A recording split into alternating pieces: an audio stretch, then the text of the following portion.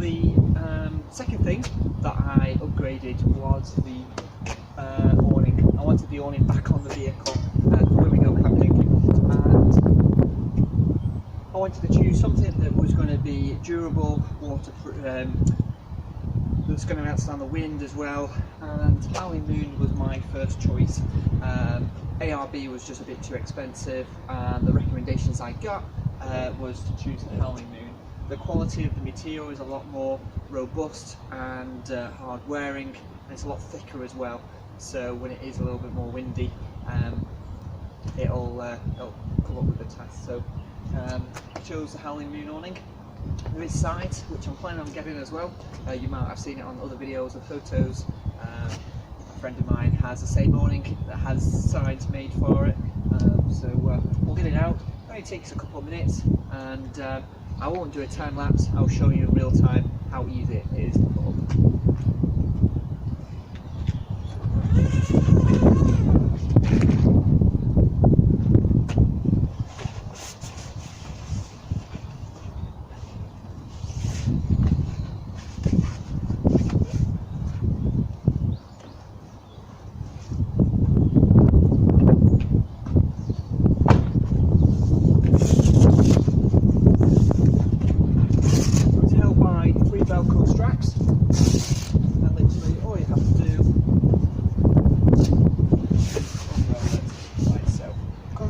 Pegs, and it comes with guy ropes as well.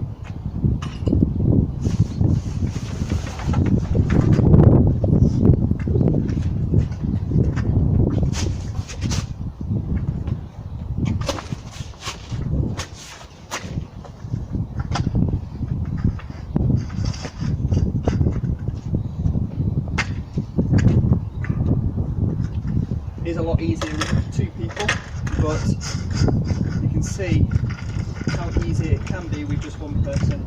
It does help with it not being windy.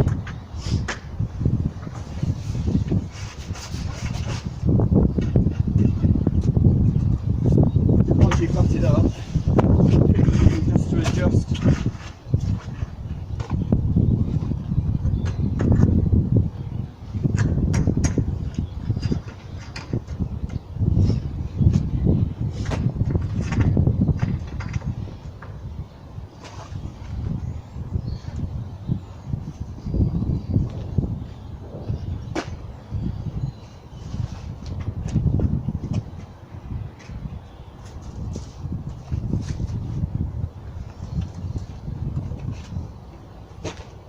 There you go. So in a matter of a couple of minutes, I'm about 5'11", and it's just the right height. Of course, getting closer to the car being quite small compared to some other vehicles, just about touching my head. Of course, I have recovery traps that I use on the wheels just to lift the car up, just on one side, so I have more room under the awning. So it's also got peg sections where holes where you peg the actual pole. You've also got two guy ropes, one on either side, to peg down if it does get a little bit windy. It is advised that not to have the awning up when it's too windy, just one that you can damage the actual awning as well as you can bend the poles as well. But I've had this up in quite windy conditions, and it's been fine. It's been well secure. Even with the guy ropes, it doesn't move at all. So I'll show you around the awning, and then I'll show you the front runner swing around awning bracket.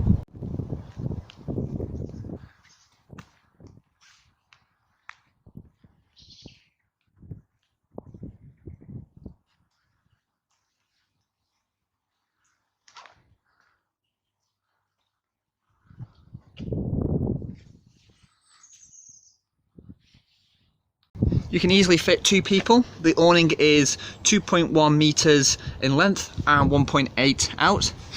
With the Howling Moon awnings, you can get them in 2.1 meters and I think 2.5 meters in length, but the width is still the same at 1.8 compared to some other awnings like Direct 4x4 and ARB, where you can get them at 2 meters out or 2.5. I have seen some other awnings which are longer width ways with with them being longer, the wing can pick up and it can flap quite a lot. So maybe with it being a little bit shorter in width ways, kind of comes with an advantage. But it depends on what you're going to use it for. If you're just going to use it for sitting under, having a fire, sitting around under the chair, under the cover, or you're going to use it as a tent maybe, it's up to you. But you can buy sides for this and the ground sheet as well, so you can use it as a tent. So how I fastened this awning on is 4 bolts on the actual awning itself. So I'll show you that now. The awning, you can see here. So quite a few people usually just buy the actual awning bracket and it fastens onto the roof rack. And basically what I've done is there is gutters, depending on which way you want to put it. There is one or two ways you can fasten the awning to because of the gutter rail. This you can see here is the swing away, so basically the awning can be on the side or on the back, which I'll show you shortly. So this is just bolted on with 4 nuts and bolts, and that's pretty secure, it's not moving at all. So that's how it's fastened to the roof rack.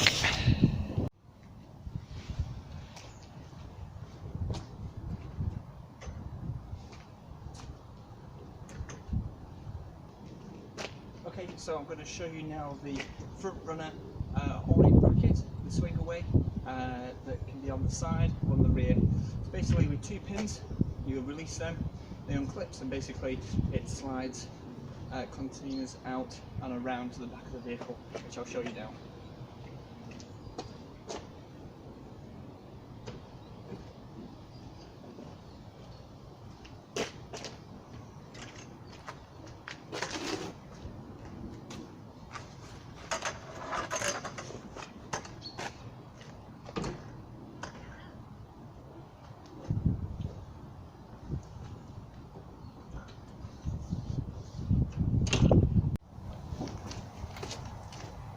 So you can see now, so the awning is on the rear, which is great if you want the back door to open. Okay, so I'll just tuck this from underneath here.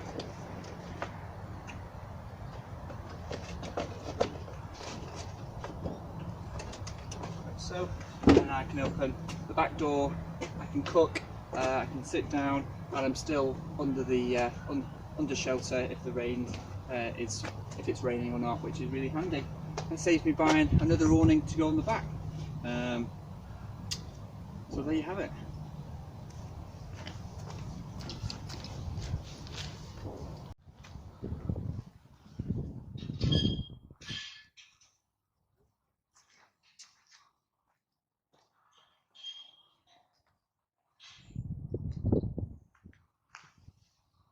So the bracket is held on by 2 of these, which basically there's a pin underneath that slots into there, and then you've got the main bracket which is fastened onto the corner with a hinge, and basically what happens is it swivels round like so and then comes onto here. You can have it in the middle if you want, but if it is windy you need it actually clipped into either the back or the side, but really wherever the sun is you can reposition it wherever you like. Saves having a 270 awning, which you can have the side and the back, but with the vehicle being quite small anyway, and looking at the weight of it, this seems more of the more sensible option.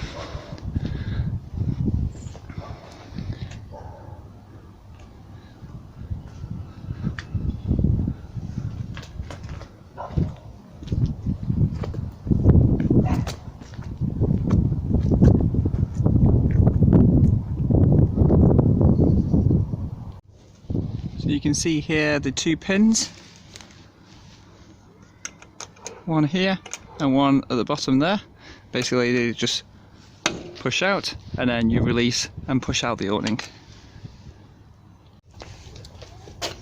So when we go camping, I usually take the dog with me most of the time, and she sits in the crate. Every time we stop off for a 5-10 minute stop off, or we have a bit of a break and we pull over, I'll let the dog out, so she's not always in the car all day when we go out adventuring onto the off-road tracks, or if we're just going camping, we'll let her out and she'll sit outside with us. So a lot of the fridge runs on the dual battery system on the side, and then some of the sleeping gear, a few boxes might sit inside, or I'll try and put some stuff on the roof rack. With the suspension being quite soft, I try not to put too much on the roof rack because it can sway quite a lot. It just makes you feel a little bit seasick. Hopefully in the future I will stiffen the shock absorbers and the springs up. Quite a few people have already done it, and they've said that it's made a big difference. So yeah, that might be in the future, but most of the stuff sits in the back. There's some gear in the side, some front runner straps, first aid gear, some tools, and that sits in the little cubby box at the rear. There is 2 seats in the rear. Mainly I might sometimes use the third seat, but with the new Suzuki Jimny, the seats actually fold completely flat. You can remove them if you want to, but it's nice sometimes just to use that third seat occasionally if I need to. Here's a closer look. In the future I'm going to hopefully get a table that folds out on the tailgate. The crate is a medium-sized crate. I have a black Labrador, and she fits in there nice and snug. So you can see the seats sit flush, like so. So it's really easy for stuff to sit on top. There is it's like a black checker plating. It is quite slippery, so if you are thinking of laying stuff down, I'd probably put maybe a sheet over the top, or maybe put some rubber matting. So I've got some rubber matting here which I bought online. I've also put some D-rings. These fasten the fridge on, or any other accessories that go inside. Great for just strapping stuff down so nothing slides around, like I said before. There's a fire extinguisher there just for safety reasons, just in case anything happens when we're camping, or there's a fault with the vehicle and we need to put anything out. And then also you can see the dual battery system connectivity. So you've got 12 volts there. You've also got the USB ports and a voltage reader as well. So it's running at 12.9 volts at the moment. That will increase once the engine's running, as both batteries are connected through the dual battery system.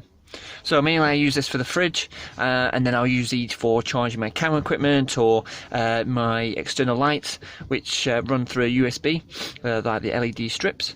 And you've also got, with the SZ5, the cigarette plug as well, which is lined up.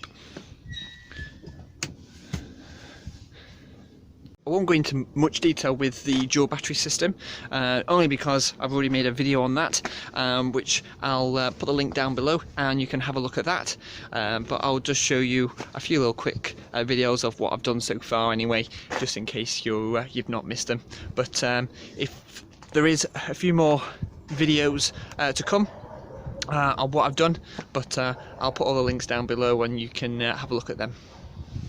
So for the time being, with the vehicle being really new, I found that the suspension was sagging a little bit when there's weight in the back. So I decided, instead of buying all brand new shocks and springs, just to put a 1-inch spacer in. That's made most of the difference actually. You can't really tell that much with it when it's fully loaded, but actually it has made a big difference. That just extra inch is just giving it just the right height. Eventually I will put stiffer springs and shocks in and lift it 2 inches, but for now, with new springs and shocks in already, there's no need. So it is just with a 1-inch lift. And you can tell a difference when it's parked next to a normal Jimny, but on its own you wouldn't know any different. So inside the vehicle, you can see that the seat covers are from 4x4 Obsession.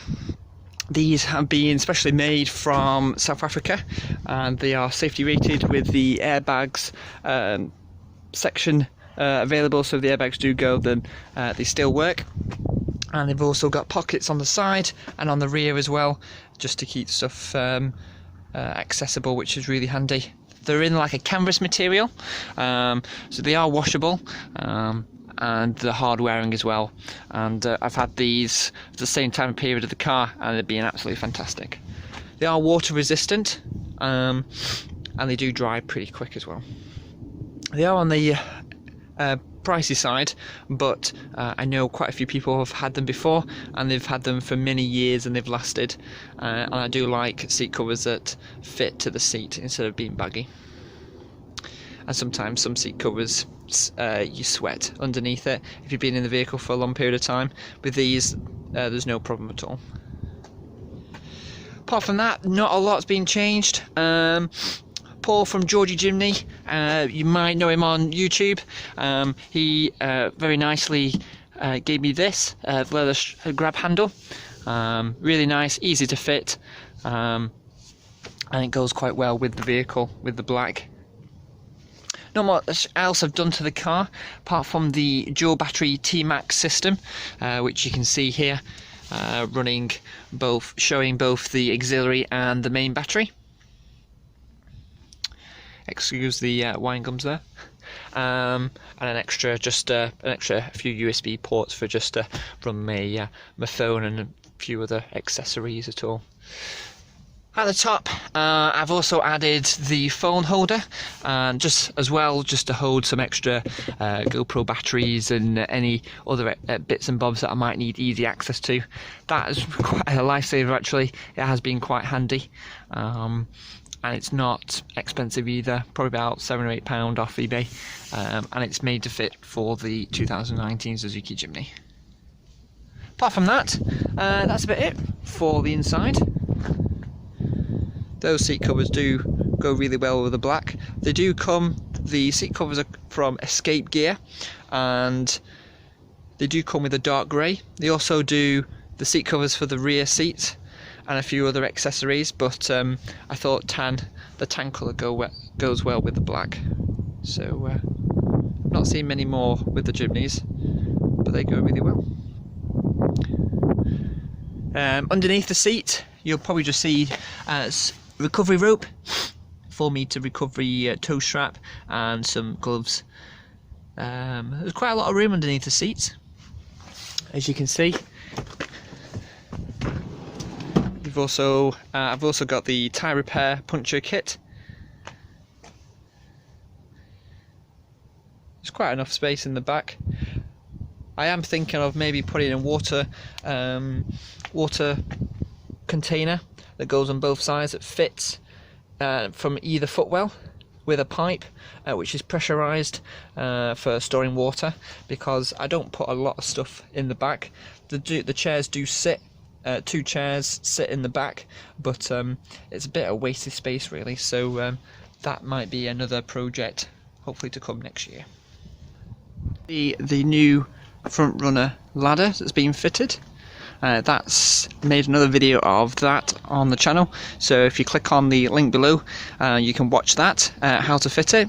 About 20 minutes putting the ladder together, and then probably another 15-20 minutes to fit it. You have to take the spare wheel off, and it's only 3 bolts, 1 on the spare wheel carrier and 2 on the door hinge, but I won't go into too much detail with that because I've already made a video. You can also see an extra aerial, that's for the CB, for when we're doing tour guides, when we're taking other vehicles out on a few adventures. It's easy to talk to other drivers instead of having to shout outside the window, and that's basically fastened on just on the roof rack, and basically there's a cable that runs down the gutter and through the door and into the front. You may have seen other front runner roof racks on Jimnys, with them a little bit more forward than this one. This one sit quite far back just because of the swing away bracket with the aerial. I'm not sure why they put it at that position. the roof rack would hit the aerial. I could have unscrewed it and moved it or made a shorter one, but the problem was it was sticking out too far and it was hitting the awning, so we had to move the roof rack back to that position. That bracket I could do with moving one more, but I've left it for now because it's a bit of a pain to take off. So that's the front runner roof rack.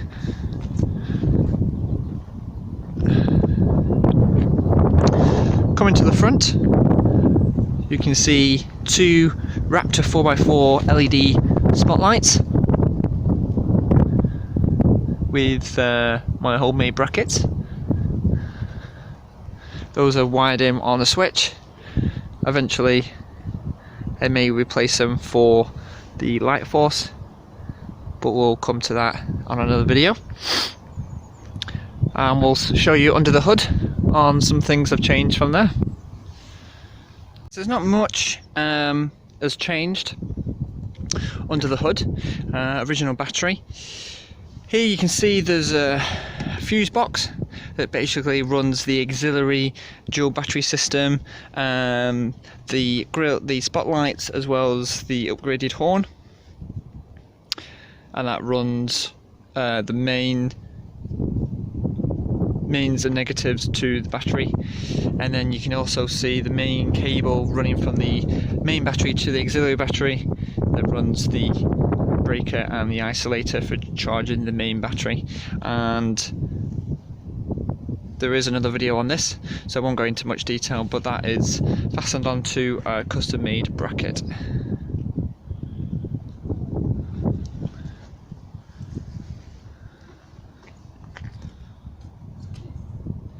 It's a 60 amp battery.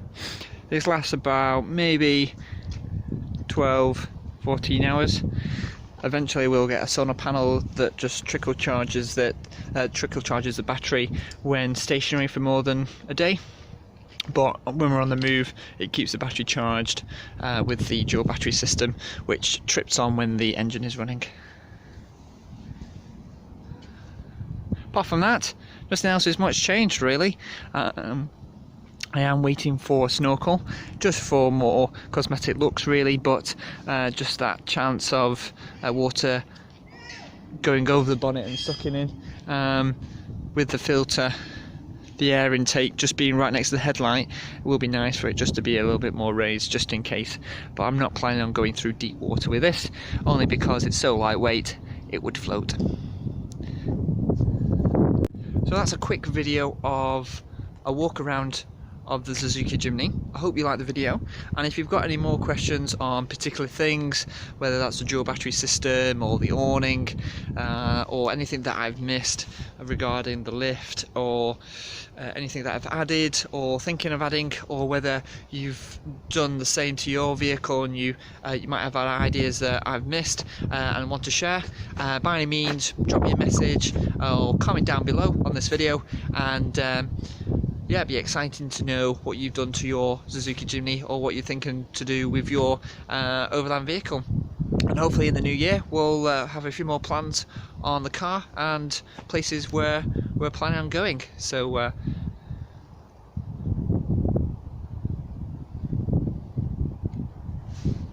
so you like this video, please click the like button and don't forget to subscribe for more content.